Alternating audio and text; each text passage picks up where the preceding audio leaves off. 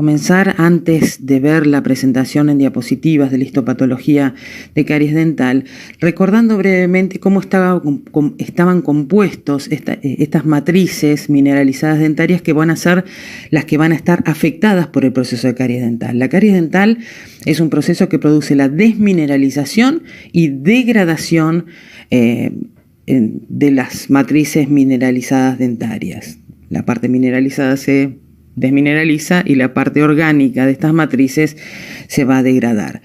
Recordemos entonces, la lesión va a comenzar por la zona más externa de la pieza dentaria, que sería el esmalte, esa matriz que recordamos estaba constituida o estructuralmente estaba formada por esos prismas del esmalte que se disponían perpendicularmente a la superficie de la pieza dentaria, ¿sí? Otra estructura que se puede ver histológicamente son las líneas donde se detiene ese proceso de mineralización, que eran las famosas estrías de Retzius, como ustedes recuerdan de las clases de biología bucal y de histología. Bien, cada uno de estos prismas del esmalte, si recordamos cómo estaban compuestos, eran estructuras donde teníamos cristales de hidroxiapatita que se disponían perpendicularmente a la superficie y aquí longitudinalmente con su eje mayor paralelo al eje del prisma, y cada uno de estos prismas iba a estar rodeado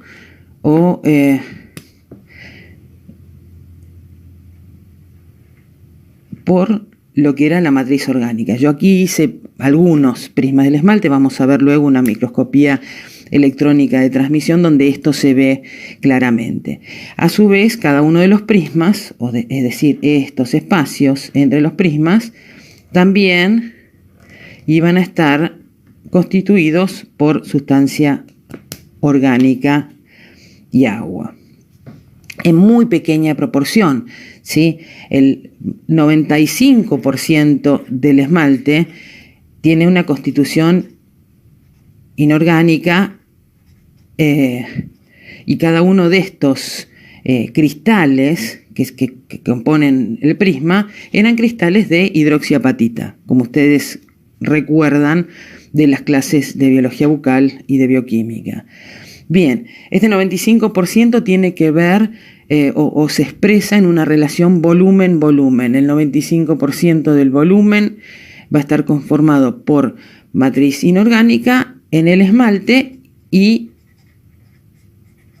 el 5% restante de ese volumen es matriz orgánica y agua. Bien, ¿cómo avanza o cómo se produce el proceso de desmineralización en la pieza dentaria? En las zonas donde nosotros tenemos la acción, y vamos a hacerla verde, en este caso en la zona generalmente hacia apical del ecuador dentario, que es la zona que tiene más retención de biofilm y que permite esa formación de biofilm si no hay una remoción mecánica del mismo, el ataque ácido o esa presencia de protones lo que va a hacer sobre esa superficie va a hacer que esto empiece a desmineralizarse. ¿Cómo se desmineralizan? Cada uno de estos cristales va a empezar a reducir su tamaño a expensas de la pérdida de iones de calcio y fosfato, ¿sí? Esa pérdida en la zona superficial, como ustedes vieron en la clase de bioquímica, se va a compensar con una reprecipitación a expensas de lo que se está perdiendo de la pieza, de la matriz de la pieza dentaria y de los mismos iones provenientes de la saliva. Eso hace que en la zona superficial que se está produciendo la desmineralización tengamos en los estadios iniciales una conservación de esa zona superficial. ¿Qué va a pasar en la zona más profunda? Este esmalte va a empezar a perder sustancia inorgánica y va a empezar a hacerse más poroso. Aquí recordemos que en la zona superficial reprecipitan entonces sales de calcio y fosfato, y conservamos esta zona superficial. La lesión va a seguir avanzando, produciendo una disminución entonces del tamaño de cada uno de los cristales. La solubilidad de estos cristales va a estar condicionada a la composición que tengan estos cristales.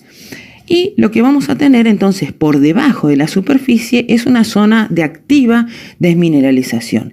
¿Qué pasa en la profundidad? Aquí también vamos a tener una reprecipitación de sales de calcio y fosfato, que van a reprecipitar sobre una zona donde ya se produjo una desmineralización. Y estas pequeñas oquedades o pequeños poros van a ser parcialmente obliterados por estas sales que precipitan sobre una zona donde ya hubo desmineralización. Esto se va a traducir morfológicamente en distintas zonas que van a poder ser observadas al microscopio óptico. Aquí, digamos que tenemos un esmalte sano, la zona más profunda, hacia la profundidad de esta zona, ¿sí?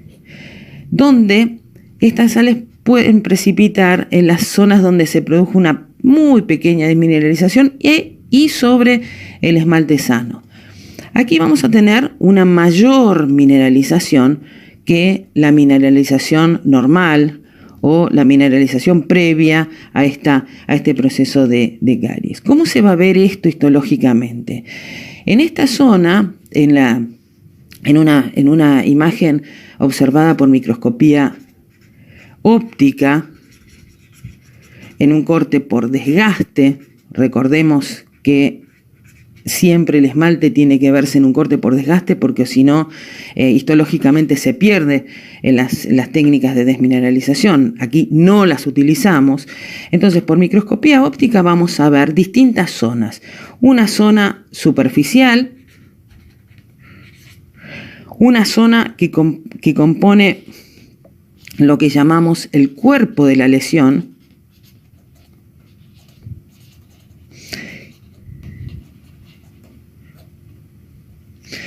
una zona donde dijimos que había una reprecipitación sobre estas porosidades o estas zonas de gran desmineralización, que vamos a explicar luego por qué se ve oscura, que llamamos zona oscura. Y en profundidad tenemos lo que se denomina la zona translúcida. ¿Por qué translúcida? ¿Qué es lo que le da la translucidez a una estructura como el esmalte? La translucidez va a estar dada por el tenor o la cantidad de matriz mineralizada cristalina que tenga esta estructura. Aquí tenemos una mayor translucidez, no se observan estas estructuras, estos prismas en una microscopía óptica porque tenemos una zona de muchísima concentración de cristales y de minerales en esta zona. ¿Qué pasa con la zona oscura? La zona oscura es una zona donde cuando hacemos la preparación histológica, en estas oquedades no puede penetrar el bálsamo o el medio de montaje que se utiliza para hacer la observación de la microscopía óptica. Si ustedes recuerdan de técnica histológica, ese medio de montaje, ese bálsamo de Canadá o bálsamo sintético, se ponía entre el portaobjetos, la muestra y el cubre objetos, y tenía que tener un índice de refracción semejante al del vidrio para no opacificar la muestra. Bien, las resinas tienen un índice de refracción semejante al del vidrio, pero están constituidos por moléculas muy grandes que no pueden penetrar en esta zona. Entonces queda aire y al ver el corte histológico por microscopía óptica, lo que se va a ver es una zona oscura, ¿sí? Entonces recordemos, tenemos una zona superficial donde está conservada la superficie. si bien está conservada y todavía se mantiene esta superficie del esmalte, estructuralmente ya hubo una pérdida de mineral y la superficie tiende a ser más rugosa. Esa precipitación no es la que tenía la constitución de esta matriz adamantina de inicio, sino que va a ser una zona donde vamos a tener una rugosidad. ¿Dónde va a estar entonces y qué forma va a tener esta caries en el esmalte? ¿Cuál va a ser entonces la forma de esa progresión de la lesión? Y esa progresión va a estar dada por la disposición de los prismas del esmalte en esa estructura adamantina. Con lo cual, en las caras libres, esta lesión de caries va a tener una forma de cono donde la base está dispuesta hacia la superficie de la pieza dentaria. Vamos a ver qué pasa en las otras piezas dentarias o en las fosas y fisuras en un próximo esquema. Bien, aquí yo quise hacer, estoy haciendo un esquema de una pieza dentaria multiauricular, donde aquí vemos el cemento, el esmalte, la dentina y no olvidemos esa cámara pulpar. Y aquí entonces vamos a tener que en las fosas y fisuras siempre el esmalte va a tener una disposición, esos prismas perpendiculares a la superficie, lo cual hace, recordemos, yo no voy a hacer todos, que en las superficies libres teníamos esa disposición o esa zona de avance formando un cono de base externa. ¿Qué pasa en los puntos y fisuras? Precisamente por esa disposición de los prismas, el cono va a tener una orientación invertida donde el vértice va a estar orientado hacia la superficie, ¿sí? Una vez que la lesión, ¿y cómo sigue progresando esa lesión? Una vez que la lesión llega al límite amelodentinario, se va a encontrar con otra estructura distinta del esmalte, que es la dentina. Esa dentina, donde nosotros teníamos esos conductillos de Thomes o conductillos dentinarios, donde estaba alojado el proceso de Thomes, que era la prolongación de estas células que fabrican dentina, que son los odontoblastos, que las tenemos alojadas en la zona más periférica de la cámara pulpar. Y una vez que entonces la lesión de caries se encuentra con esa matriz dentinaria, que vamos a ejemplificar aquí con proceso de Thomes, esto sería el límite amelodentinario. Aquí tenemos la prolongación de los odontoblastos. Y aquí la matriz dentinaria. Esa matriz dentinaria tiene una menor proporción de matriz inorgánica, con lo cual el proceso de desmineralización va a ser más rápido que en el esmalte. Una vez que la lesión alcanza el límite amelodentinario, generalmente la lesión lo que va a hacer es seguir esa zona del límite amelodentinario y sufre una expansión lateral siguiendo el límite amelodentinario. Y entonces, ¿cómo se produce el proceso? Los microorganismos que tenemos conformando el biofilm van a ir avanzando. ¿Qué sucede a medida que se va produciendo esta desmineralización? Este proceso va avanzando en profundidad, lo cual hace que se pierda soporte y que se pierda estructura adamantina, y frente a las fuerzas mecánicas superficiales lo que empieza a suceder es que empieza a desmoronarse ligeramente esta superficie del esmalte, empieza a producir la cavitación, lo cual va a favorecer el atrape mecánico de aún más microorganismos y digamos entonces que se empieza a producir esta cavitación en la zona superficial, este desmoronamiento, porque hay pérdida de estructura. Pero una vez que avanza el proceso, lo que va a empezar a desmineralizarse es esta matriz dentinaria. Esto empieza entonces por un frente de desmineralización, ¿sí? Y tenemos, lo habíamos hecho verde, pero vamos a hacerlo azul para ejemplificar los núcleos de los microorganismos. Teníamos, esto es el esmalte, van avanzando, se va desmineralizando y los microorganismos avanzan, producen ácidos en el momento donde tienen disponibilidad de hidratos de carbono, y entonces por medio de este ataque, podríamos decir, protónico, y en ese pH que va bajando se produce la desmineralización. En la dentina sí empieza a tener importancia la fase de degradación. ¿Por qué? Porque esa dentina tiene un componente orgánico importante. La dentina o la matriz dentinaria es una matriz de un tejido conectivo especializado donde esa matriz va a tener ciertas proteínas, pero fundamentalmente, como todos los tejidos conectivos, tiene una matriz colágena, como ustedes ya han estudiado.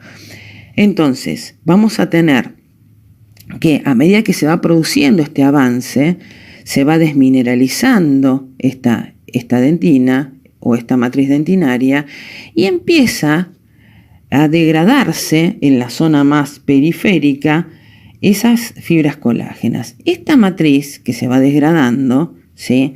Se va degradando en la matriz colágena, va a hacer que se produzca un reblandecimiento. Y aquí hay una situación anatómica particular, porque ese biofilm va a poder ir colonizando estos túbulos dentinarios, ¿sí? El odontoblasto en un primer momento lo que hace es intenta retraerse, se retrae frente a esta degradación y vamos a tener entonces una colonización e invasión de estos túbulos dentinarios por parte de los microorganismos y la degradación de la dentina.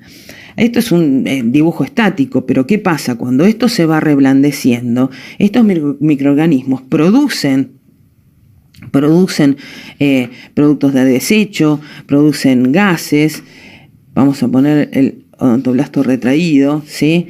Y esta matriz intertubular que se va degradando, se va reblandeciendo, y el túbulo,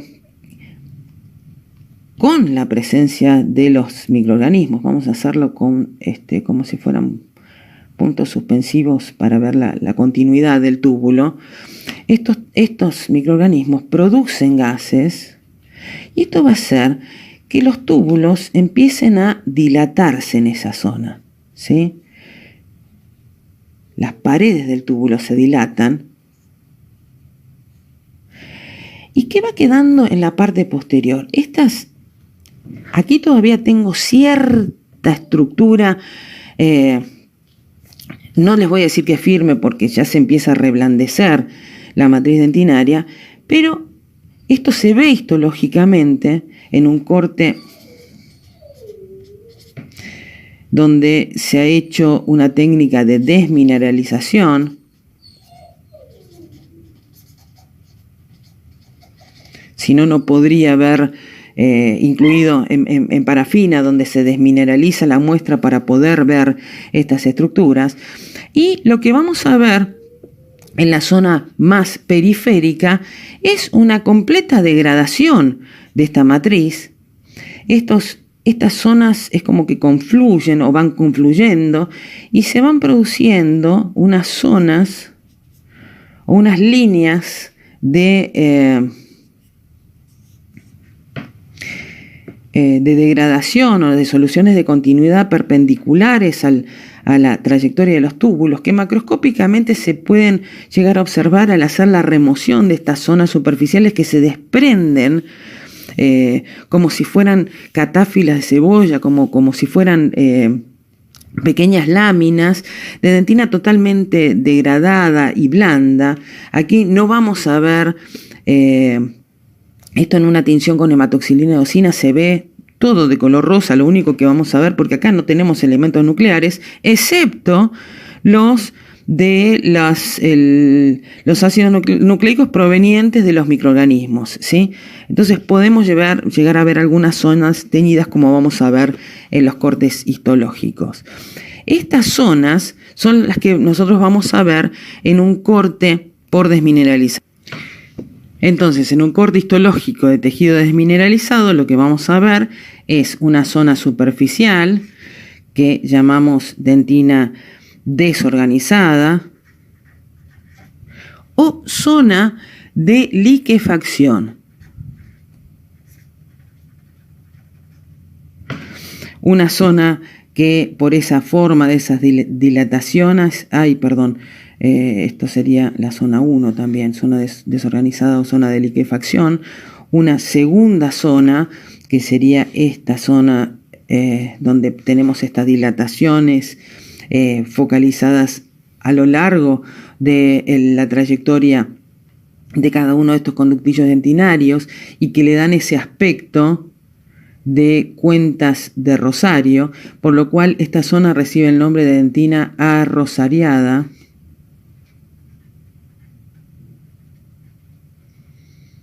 Con doble R y S, porque esto no es del arroz que se come, sino de un rosario, ¿sí? Y una zona más profunda, que se ve histológicamente como una zona de presencia de microorganismos, que es lo que llamamos zona de dentina infectada.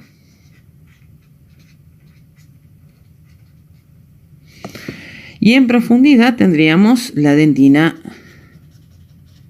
normal.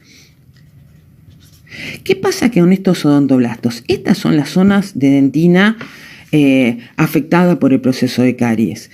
Pero si el odontoblasto está activo metabólicamente y tiene tiempo, el proceso de caries no avanza de manera muy rápida, este odontoblasto va a intentar alejarse de la zona donde se está perdiendo matriz dentinaria. Entonces va a hacer dos cosas. Por un lado, el odontoblasto va a empezar a fabricar dentina intratubular de manera activa, ¿sí? Esto va a ser una zona donde vamos a tener en profundidad una mayor mineralización, que yo acá en un corte por desmineralización no lo puedo ver. Sí puedo ver lo que pasa en mayor profundidad, que estos serían reacciones de la dentina. Ese odontoblasto, ¿qué hace? Empieza a fabricar dentina terciaria. Entonces, en mayor profundidad, en mayor profundidad o hacia la cámara pulpar, podemos llegar a ver una zona de dentina terciaria. ¿Cómo se va a ver esto en un corte por desgaste? Vamos a seguir con nuestro molar, donde una vez que la lesión produce la cavitación, dijimos, de ese esmalte, se iba a expandir en la zona del límite melodentinario y va a ir progresando siguiendo la trayectoria de estos túbulos dentinarios. Lo mismo sucedería en una caries, en una cara oclusal, en fosas y fisuras. Esto puede ser a nivel de palatino, de las piezas anteriores. ¿Y qué trayectoria van a tener esos túbulos? Siempre los túbulos dentinarios tienden a confluir hacia la cámara pulpar, con lo cual el cono de avance en dentina, el cono de avance de la lesión de caries, siempre va a tener una forma de cono con el vértice hacia la cámara, orientado hacia la cámara pulpar.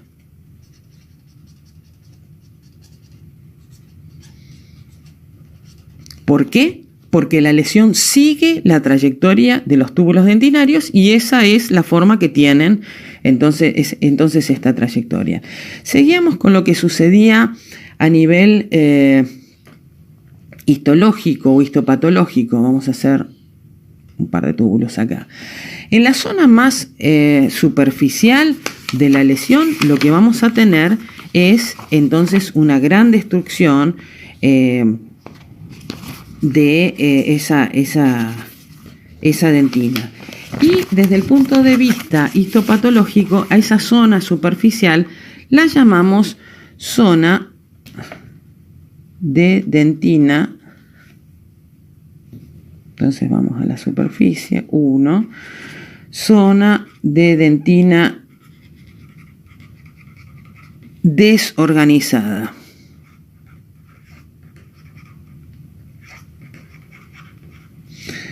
Corte por desgaste.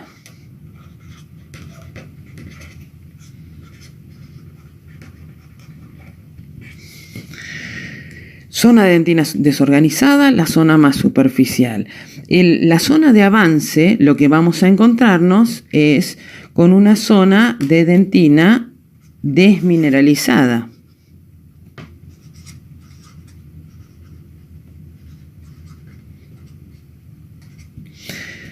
Aquí lo que se produce es una primera desmineralización de la matriz, ¿sí? Pero todavía aquí no se ha producido la degradación de esa matriz colágena, que eso va a tener implicancias desde el punto de vista clínico, como van a ver posteriormente. Estas dos zonas son las zonas de caries propiamente dicha, ¿sí? La destrucción que se produce. Pero vamos a poder observar, como dijimos anteriormente, entonces vamos a tener una zona de degradación que generalmente es más grande o más extensa que el borde o del límite amelodentinario, ¿sí? Una zona de desmineralización, las dos zonas de dentina. En la zona superficial de degradación lo que vamos a ver es una coloración sin hacer ningún tipo de coloración, sino que se pigmenta esa zona desorganizada y con degradación de la matriz proteica. ¿Por qué se produce la pigmentación? Porque se produce la reacción de Maillard que ustedes vieron en bioquímica, donde y repito siempre lo mismo, es un ejemplo que ha dado la doctora Rodríguez que me encanta, es la reacción del dulce de leche, donde yo pongo dos cosas blancas que son proteínas de la leche y el azúcar que es blanca, las hago reaccionar y las cocino, y además de dar algo rico que es el dulce de leche, lo que producen es una pigmentación de color amarronado.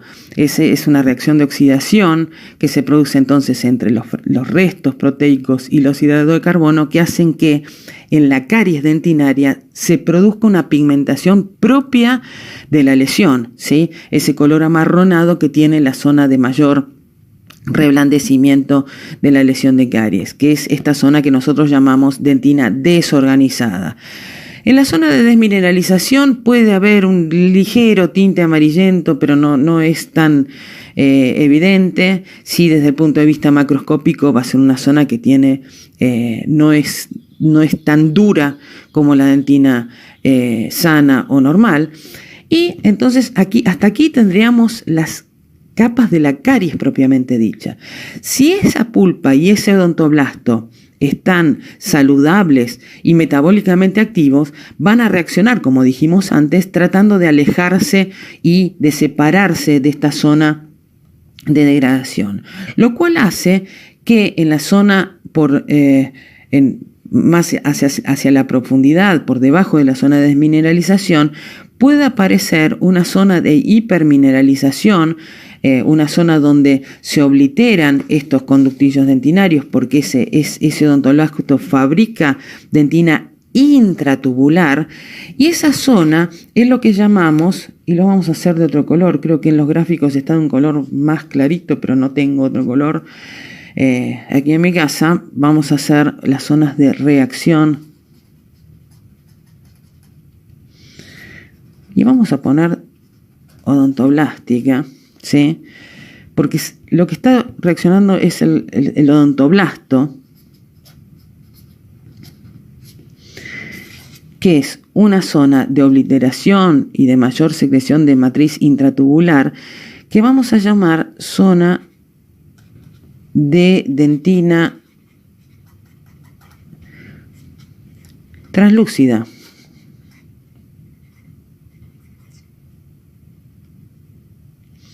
¿Por qué? Porque al haber más mineralización, esto, desde el punto de vista de la microscopía óptica, se va a ver como una zona donde no se distinguen las estructuras tubulares, con una mayor mineralización que hace que esa zona de la muestra deje pasar más el haz de luz, y eso se ve con un aspecto traslúcido, que desde el punto de vista macroscópico sería la zona de la dentina esclerosa, que recordemos que esta obliteración de los túbulos va a hacer que sea una zona que va a complicar a veces los mecanismos de adhesión, o va a requerir de maniobras especiales para obtener una buena adhesión con los materiales de restauración, como van a ver en los cursos correspondientes. Y en la zona más profunda, es decir, por debajo de la zona de la lesión, esta pulpa va a fabricar dentina terciaria, que se va a disponer entonces en la zona más profunda de la lesión, dentina